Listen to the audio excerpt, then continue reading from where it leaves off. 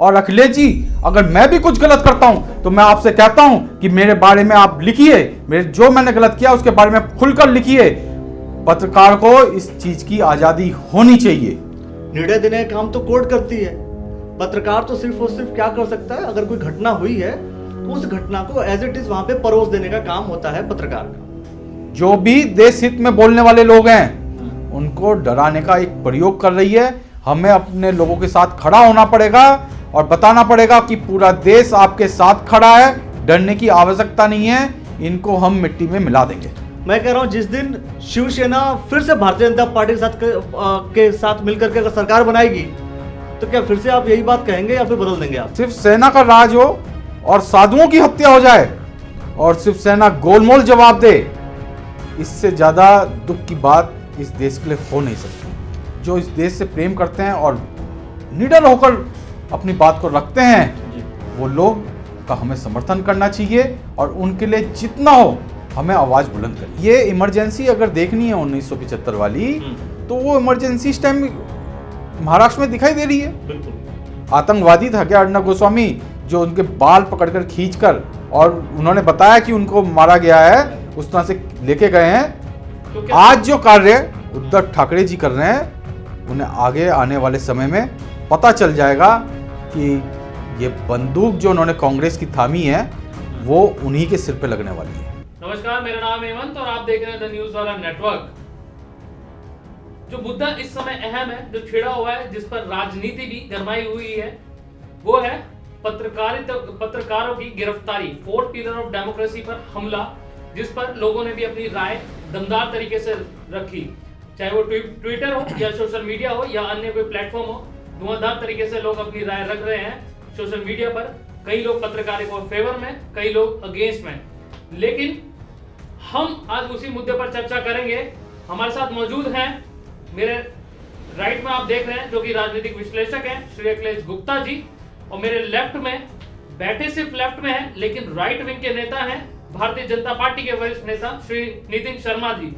हिंदुस्तान का नारा बुलंद करने वाले नेता और रुड़की की राजनीति पर अपनी बेबाक अंदाज में राय रखते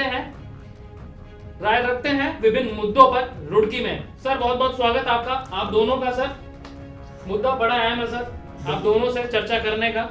पत्रकारों पर पिछले कुछ समय से जिस तरीके से हमले हो रहे हैं, चाहे वो अर्नब गोस्वामी का मामला हो या फिर प्रशांत कनौजिया का मामला हो या अन्य सोशल मीडिया पे जो लोग जर्नलिस्ट हैं उनका मामला हो, उस पर हम लोग आप लोगों से चर्चा करेंगे, आप दोनों से। नहीं बिल्कुल, इसीलिए क्योंकि ये विषय भी ऐसा है सर कि जिस विषय पे हमें चर्चा भी करनी चाहिए, क्योंकि एक पॉलिटिकल पॉइंट ऑफ व्यू है, दूसरा जर्नलिस्ट के ऊपर भी एक बहुत बड़ा खतरा है जी इस तरीके से अगर चलेगा तो। सर जिस तरीके से जो व्यवहार हुआ पुलिस की तरफ से, ये पुलिस की भूमिका पे सवाल है या एक राजनीतिक या जो सरकार है महाराष्ट्र में या उसकी तरफ से जो किया गया प्रयत्न है, इस पे आपकी क्या राय है? देखिए, पुलिस अपने आप से तो कुछ नहीं करती है। जब तक राजनीतिक इस मामले में हस्तक्षेप नहीं होता, महाराष्ट्र की पुलिस कुछ नहीं करने वाली थी।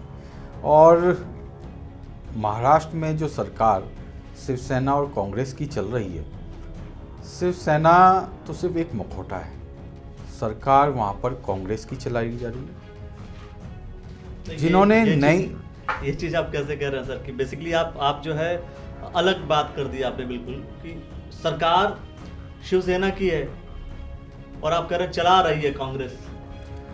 किसी भी पार्टी की ना एक आइडियोलॉजी होती है, विचारधारा होती है।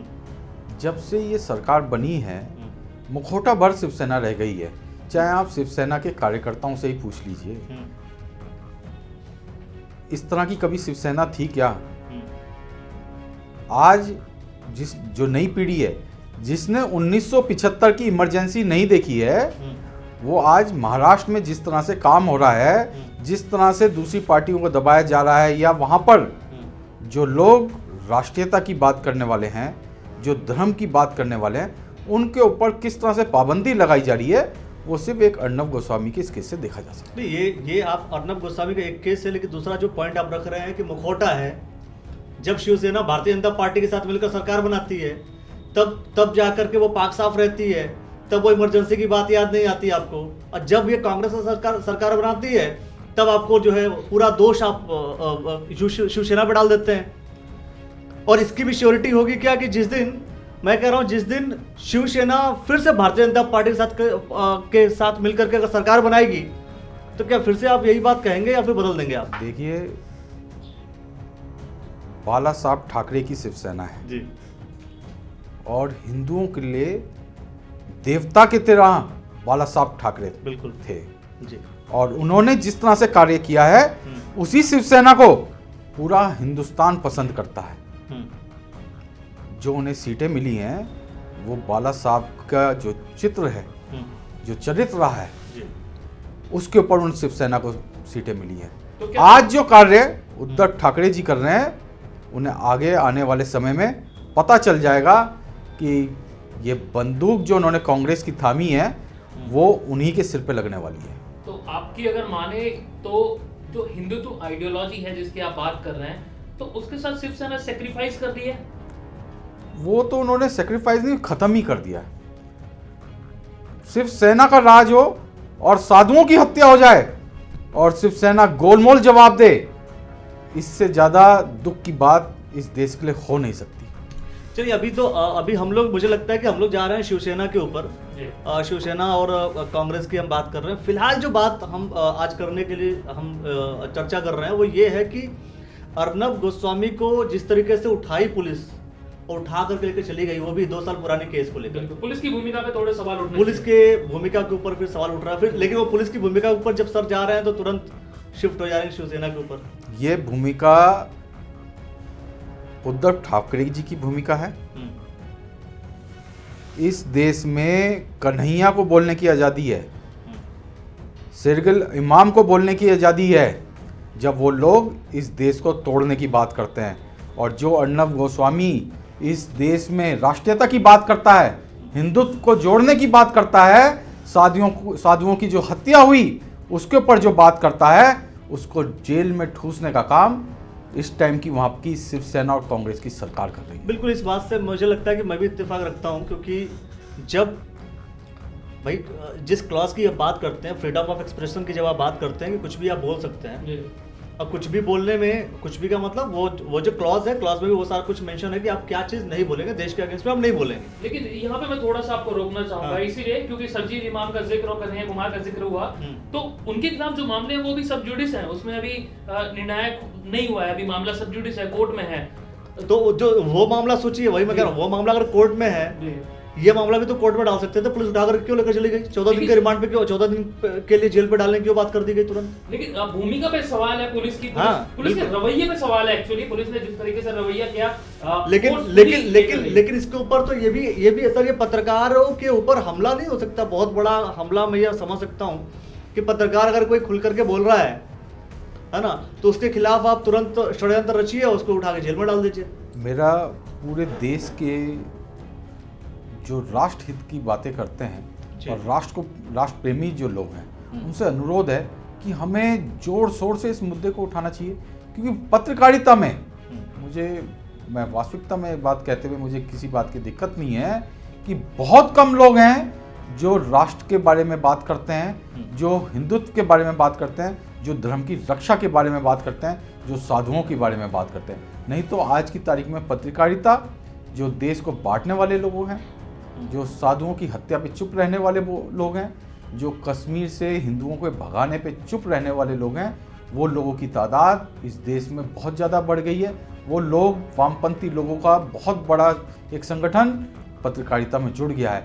बहुत कम लोग जो इस देश से प्रेम करते हैं और निडर होकर अपनी बात को रखते हैं, वो लोग का हमें समर्थन करना चाहिए और उनके लिए जितना हो हमें आवाज़ बुलंद करनी चाहिए। सर, मेरा जो सवाल है, आपने कहा कि एंटी नेशनल जितनी भी फोर्सेज हैं उनको जेल में, चलिए ठीक है, एंटी नेशनल फोर्सेज को तो डालना ही चाहिए, लेकिन जो सामान्य पत्रकार हैं जो सरकार की आलोचना करते हैं, क्योंकि बहुत सारी जो जर्नलिस्ट हैं आलोचना करते हैं, सुप्रीम कोर्ट का भी ऑर्डर था कि सरकार की आलोचना करना एंटी नेशनल नहीं है, लेकिन फिर भी पत्रकारों के साथ ऐसी चीजें हो जाती हैं या फिर नोटिस दे दिए जाते हैं या फिर जेलों में डाल दिया जाता है। क्या आपको नहीं लगता सरकारों की तरफ से, चाहे कोई भी सरकार हो, पहले भी मामले सुनते हैं, कांग्रेस की जब गवर्नमेंट थी, किसी कार्टूनिस्ट ने जब कार्टून बनाया था तो उसको जेल में डाला गया था, या किसी ने प्रशांत कनौजिया का अगर मामला आपको याद हो, उसको भी जेल में डाला गया था यूपी गवर्नमेंट के द्वारा, अगर आपको याद हो तो। तो ये क्या सरकारों की तानाशाही नहीं है क्या, चाहे वो बीजेपी हो या कांग्रेस हो? इस पे क्या कहना है आपका? देखिए, हर एक चीज की एक सीमाएं होती हैं।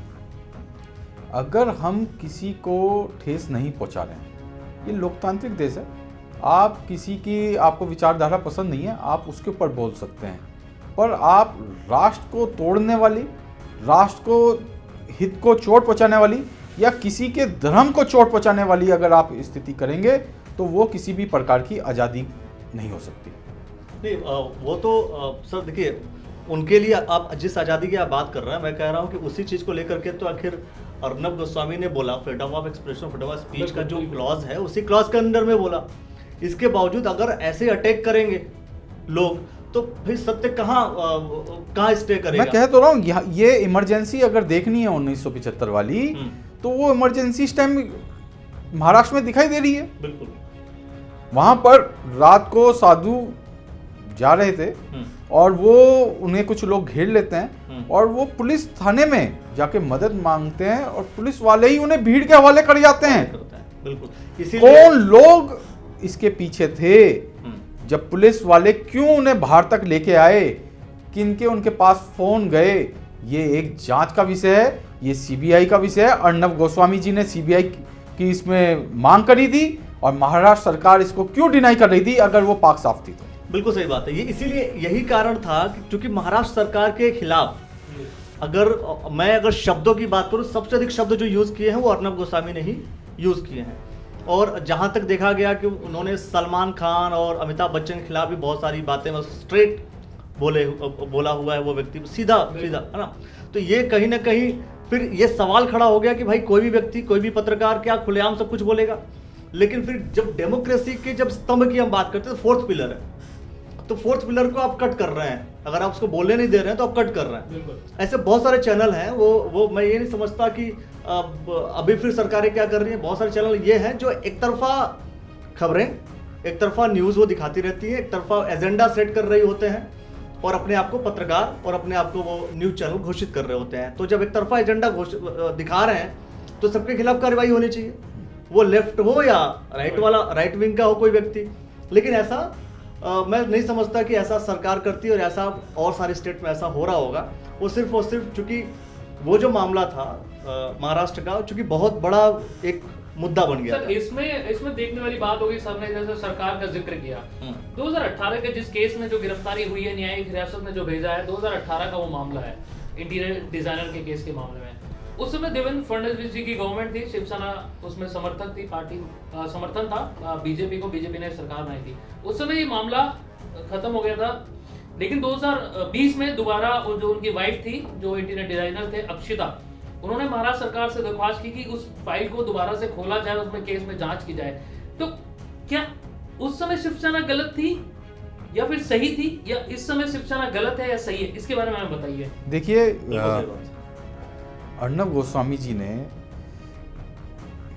जब सुशांत वाला केस उठाया तो उसके तार उनके कहीं ना कहीं घर तक पहुंच रहे थे। जिस तरह कंगना ने सुशांत केस में आवाज़ बुलंद करी और 2 घंटे का समय देकर बुलडोजर उनका घर तोड़ने चला गया, तो आप ये नहीं देख सकते हैं कि वो अर्नब गोस्वामी की कौन कौन से पिछले छोटे बड़े कौन से केसों के पीछे लग गए होंगे और किसको उन्होंने उकसाया होगा कि जबरदस्ती इसमें दोबारा से रिट डाली जाए, और जिससे वो इस तरह से उठाकर उन्हें प्रताड़ित। आतंकवादी था क्या अर्नब गोस्वामी, जो उनके बाल पकड़कर खींचकर और उन्होंने बताया कि उनको मारा गया है, उस तरह से लेके गए हैं? ये उनकी गंदी सोच दिखाता है। चलिए, आपने जिक्र किया कर्नल रनौत जी का घर टूटा, लेकिन इससे पीछे चलकर भी अगर हम देखें सर, तो इससे पहले भी लोगों के घर टूटे हैं। जब देवेंद्र फडणवीस जी के साथ शिवसेना की सरकार थी जो चल रही थी, शाहरुख खान के घर टूटे, शत्रुघ्न सिन्हा जी का रामायण अगर आपको याद हो, वो भी घर टूटे, और कपिल शर्मा तक के घर टूटे। सर, वो घर क्यों टूटे? देखिए, उसमें हर एक चीज में अगर कोई लॉ के अनुसार नहीं बना हुआ था तो एक टाइम पीरियड दिया गया, उसकी डिमांड की गई कि उन्हें बताया गया कि आपने ये गलत किया, अगर आप ठीक हैं तो आप बताइए। नोटिस पीरियड दिया गया। आप नोटिस सुबह प्रशासन के लोग जाकर लगाते हैं और 2 घंटे के अंदर ही तोड़ देते हैं। 12 बजे अर्नब गोस्वामी को उनके ऑफिस में नोटिस पहुंचता है कि 10 मिनट 12:10 में आपको कोर्ट में हाजिर होना है, जबकि उनके ऑफिस का और वहां का रास्ता ही 1 घंटे के दूर था। तो आप किसी को प्रताड़ित करना चाह रहे हैं ना, आप चाह रहे हैं कि कोई इस तरह के मुद्दे ना उठाए। ये सरकार जो है ये एक प्रयोग कर रही है, जो भी देश हित में बोलने वाले लोग हैं उनको डराने का एक प्रयोग कर रही है। हमें अपने लोगों के साथ खड़ा होना पड़ेगा और बताना पड़ेगा कि पूरा देश आपके साथ खड़ा है, डरने की आवश्यकता नहीं है, इनको हम मिट्टी में मिला देंगे। आप अर्नब गोस्वामी के पत्रकारिता को किस तरीके से देखते हैं? क्योंकि वो खुलेआम, अगर आपने वीडियोस देखे होंगे, खुलेआम बोलते हैं कि सलमान खान, अगर आपने वो स्टेटमेंट देखा होगा तो उसको खुलेआम बोलते हैं। आप राज्य के मंत्री को आप सीधा नाम लेकर के बोलते हैं और कहीं ना कहीं चिढ़ाते हुए लास्ट में जी वर्ड लगाते हैं। तो ये क्या नहीं लगता आपको कि भाई पत्रकारिता को भी कहीं ना कहीं किसी दायरे में रह करके करना चाहिए? क्योंकि पत्रकार ये कभी किसी भी चीज का, किसी भी केस का निर्णय तो नहीं दे सकता। निर्णय देने का काम तो कोर्ट करती है। पत्रकार तो सिर्फ और सिर्फ क्या कर सकता है, अगर कोई घटना हुई है उस घटना को एज इट इज वहां पे परोस देने का काम होता है पत्रकार का। हाँ, कई बार इन्वेस्टिगेटिव जब जर्नलिज्म की हम बात करते हैं तो इन्वेस्टिगेशन होता है, तो वो इन्वेस्टिगेशन का काम ये कर रहे थे, ये बात भी मैं एक्सेप्ट करता हूँ। लेकिन इस तरीके से, अगर इस तरीके से शब्दों से सीधा आप किसी को पिंच कर रहे हैं, सीधा आप बोल रहे हैं किसी बात को लेकर के, तो क्या ये पत्रकारिता के सिद्धांतों के अंतर्गत आता है आपके हिसाब से? देखिए, कांग्रेस सरकार और कांग्रेस के जो बड़े मंत्री लोग हैं वो तो उनके पीछे तभी से पड़ गए थे जब उन्होंने सोनिया गांधी के असली नाम एंटीनो माइनो के नाम से बुलाया। बिल्कुल। और जो अर्नब गोस्वामी ने मुद्दे उठाए हैं नशे का, क्या बॉलीवुड में नशे का व्यापार नहीं हो रहा है? वो बिल्कुल है, क्योंकि वो बहुत से लोगों ने एक्सेप्ट किया उस सब चीजों को, और वो नार्को टेस्ट में, तो क्या ये हमारे देश से दूर नहीं होना चाहिए? बिल्कुल होना चाहिए। वही मैं कह रहा हूँ, देखिए मुद्दे उनके। संजय दत्त की कितनी जिंदगी खराब होती बची है, कितने सुशांत कैसे मरा है, क्या ड्रग्स का डोज था उसके अंदर, जो चीजें, जो ड्रग्स वहां पे व्यापार पूरा हो रहा है, क्या वो केस खुलने नहीं चाहिए? क्या इनका तार कुछ बड़े लोगों से जा रहा है?